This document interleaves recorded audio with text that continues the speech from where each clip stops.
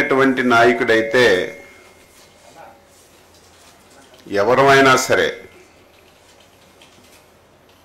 అధికారంలో ఉన్న ప్రతిపక్షంలో ఉన్న నిరంతరం ప్రజల పక్షాన పనిచేసినటువంటి వ్యక్తే నిజమైనటువంటి ప్రజానాయకుడని చెప్పి మనందరికి కూడా తెలుసు. గత 5 సంవత్సరాలు హ్యూజ్ మ్యాండేట్ వచ్చింది. 151 స్థానాలతో ఒక వ్యక్తి ఈ రాష్ట్రానికి ముఖ్యమంత్రి అయ్యాడు.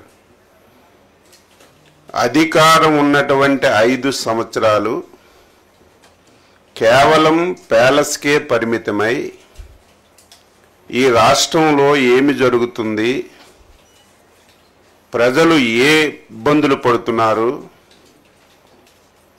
అటు పత్రికలు కానీ మీడియా కానీ ప్రతిపక్షాలు కానీ ఎంత గోచించినా సరే ఒక్కరోజు కూడా వెళ్ళి చూసినటువంటి సందర్భాలు లేనటువంటి నాయకుడు. ఇటువంటి నాయకుడు ఈ రాష్ట్రంలో ఉండకూడదు, ఇటువంటి వ్యక్తి అసలు రాజకీయాలకే పనికిరాడు అని చెప్పి 5 కోట్ల మంది తెలుగు ప్రజలు మొన్న జరిగినటువంటి ఎన్నికల్లో చిత్తుగా ఓడించి ఇంటికి పంపించిన విషయాన్ని ఒక్కసారి గుర్తు చేస్తున్నాను. గెలుపు ఓటములు సహజం, ఒక రాజకీయ పార్టీకైనా ఒక వ్యక్తికైనా సహజం. ఎవరమైనా సరే ఓడిపోయేటప్పుడు ఎందుకు ఓడిపోయాం, కారణాలు ఏమిటని అన్వేషించుకొని ముందుకెళ్ళాలి. కానీ ఈరోజు ఆ వ్యక్తి పరిస్థితి చూస్తుంటే, మాటలు వింటుంటే ఆ వ్యక్తి పూర్తిగా స్థితి పూర్తిగా లేనటువంటి వ్యక్తిగా మాట్లాడుతున్నాడు.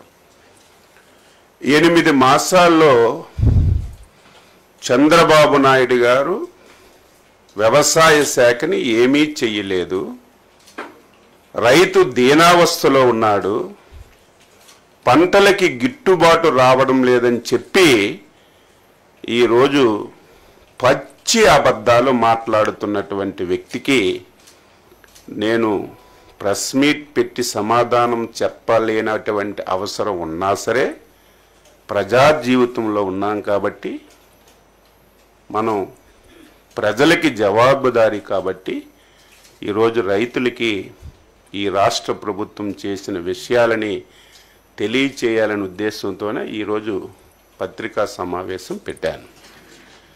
5 సంవత్సరాలు ఈ రాష్ట్రంలో ప్రధానమైనటువంటి శాఖలు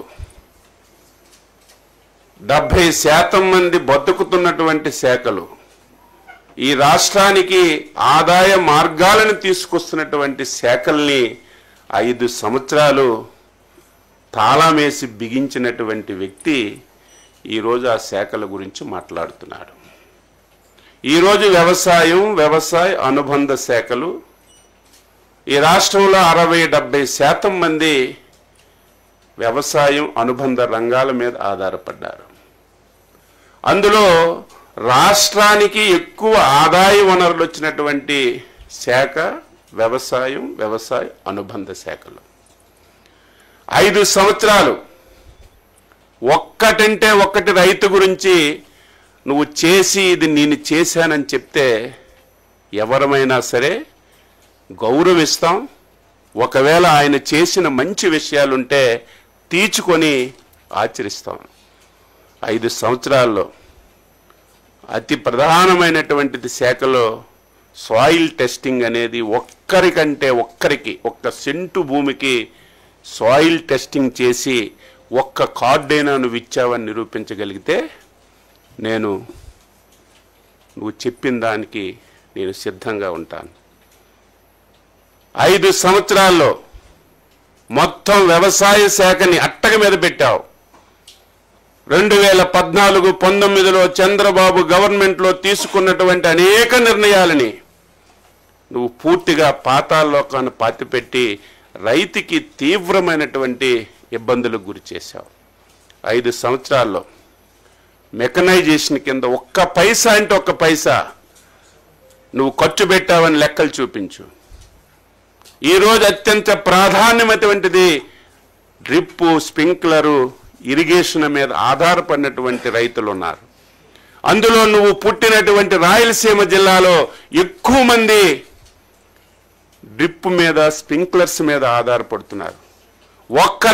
ఒక్కరికైనా నువ్వు డ్రిప్ కానీ స్ప్రింక్లర్లు కానీ ఇచ్చినటువంటి సందర్భాలు ఉన్నాయని చెప్పి నేను అడుగుతున్నాను.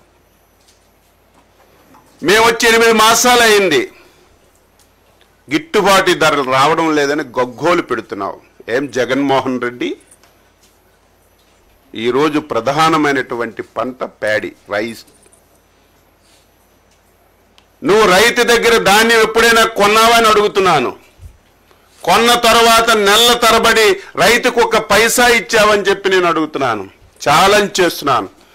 మేము అధికారం వచ్చిన నాటికి 1600 కోట్లు ధాన్యం కొన్నటువంటి రైతులకు నువ్వు బకాయి ఉంటే, ఆర్థికంగా సమస్యలున్నా ఇబ్బందులున్నా రైతే మనకి ప్రాధాన్యతని 1600 కోట్లు నువ్వు పెట్టినటువంటి బకాయిలు తీర్చినటువంటి ప్రభుత్వం ఈ ప్రభుత్వం కాదని నువ్వు చెప్పగలవని అడుగుతున్నా. ఈ సంవత్సరం ఖరీఫ్లో ధాన్యం కొన్నటువంటి 2 గంటల్లోనే రైతుకు డబ్బులు ఇచ్చి ఆదుకున్నది మా ప్రభుత్వం కాదో అవునో నువ్వే సమాధానం చెప్పాలి. ఈరోజు ఏ పంటకి ఇబ్బంది వచ్చినా, మొన్న కందులకి ఇబ్బంది వస్తే నాఫెడ్ని దించుకున్నాం. టమాటా ధర తగ్గిపోతే మార్కెట్ కమిటీల ద్వారా ఒక రేట్ ఫిక్సేషన్ చేసి టమాటాలు కొని మార్కెట్ యార్డుల ద్వారా, రైతు బజార్ల ద్వారా అమ్మక చేశాం. ఇవన్నీ ఈ 8 మాసాల్లో ఎరువులు ఎక్కడైనా సరే లేవని చెప్పి ఎవరైనా చెప్పారా? బఫర్ స్టాక్స్ పెట్టాం. ప్రకృతి విపత్తులు నువ్వెప్పుడైనా ఇన్సూరెన్స్ కానీ ఇన్పుట్ సబ్సిడీ కానీ ఇచ్చిన దాఖలాలు ఉన్నాయా? మేము అధికారం వచ్చిన తర్వాత 5 సార్లు సైక్లోన్లు వచ్చాయి, తుఫాన్లు వచ్చాయి. వెంటనే ఎన్యూమరేషన్ చేసి ఈస్ట్ వెస్ట్ గోదావరికి వస్తే 34 కోట్లు ఇచ్చాం. ఈరోజు కృష్ణా జిల్లాలో వరదలు వస్తే 20 రోజుల్లో ఎన్యూమరేషన్ చేసి రైతుకి, కౌలు రైతుకి డబ్బులు ఇచ్చింది మా ప్రభుత్వం కాదో ఒక్కసారి నువ్వు చెప్పమని చెప్పి ఈ సందర్భంగా కోరుతున్నాను. ఈరోజు గుంటూరు మిర్చి యార్డ్ దగ్గరికి వెళ్ళావు. అబద్ధాలంటే అబద్ధాలు. అసలు ఎవడైనా నవ్వుకుంటాడని కూడా చూడకుండా ఇప్పుడే ఆకాశం నుంచి వచ్చినటువంటి వ్యక్తిగా మాట్లాడుతున్నావు. జగన్మోహన్ రెడ్డి, మాకంటే ముందు 5 సంవత్సరాలు ఈ రాష్ట్రానికి నువ్వు ముఖ్యమంత్రి. గుంటూరు మిర్చి యార్డ్ ఇప్పుడే పుట్టలేదు, నువ్వు ముఖ్యమంత్రి ఉన్నప్పుడు పుట్టింది. అంతకుముందు చంద్రబాబు నాయుడు గారు ముఖ్యమంత్రిగా ఉన్నప్పుడు కూడా గుంటూరు మిర్చి యార్డ్ ఉంది. దాని చరిత్రను ఒకసారి తెలుసుకోకుండా ఇష్టానుసారంగా చెప్పిందే చెప్తే, అబద్ధాలు చెప్తే, ఒక పనికి మాలిన పేపరు, టీవీ ఉందని స్క్రోలింగ్ లేస్తే ప్రజలు నమ్ముతారు అనుకుంటే నీ అవివేకం అని చెప్పి నేను ఘంటాపదంగా చెప్పదలిచాను. ఈరోజు మిర్చి ఈ దేశంలో తెలంగాణలో పండుతుంది, మధ్యప్రదేశ్లో పండుతుంది, కర్ణాటకలో పండుతుంది, వెస్ట్ బెంగాల్లో పండుతుంది. అదే మన రాష్ట్రానికి వస్తే ఒక 11 జిల్లాల్లో మిర్చి పండుతున్న విషయం నాకు, మీకు, ఈ రాష్ట్ర ప్రజలందరికీ కూడా తెలుసు. మిర్చి మాట్లాడితే ఒక విషయం చెప్తాడు. మేము ఉండేటప్పుడు 20,000 రూపాయలు ఉండేది, చంద్రబాబు నాయుడు వచ్చాక 13,000కి తగ్గిపోయిందని చెప్పి మాట్లాడుతున్నాడు.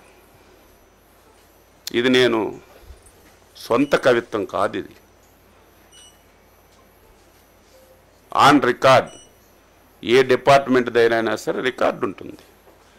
గత 10 సంవత్సరాలు మిర్చి ధరలను తీసుకున్నాను ఒకసారి. 2015-16 నుంచి 2024-25 వరకు ఏ సంవత్సరం ఎంత ధర మిర్చికి ఉందని అన్ని సంవత్సరాలు చూస్తే మ్యాక్సిమం 11,000 నుంచి 13,600 వరకు ఉంది. 2 సంవత్సరాలు 2022, 23, 23, 24 ఒక సంవత్సరం 20,500, ఒక సంవత్సరం 20,000 ఉంది.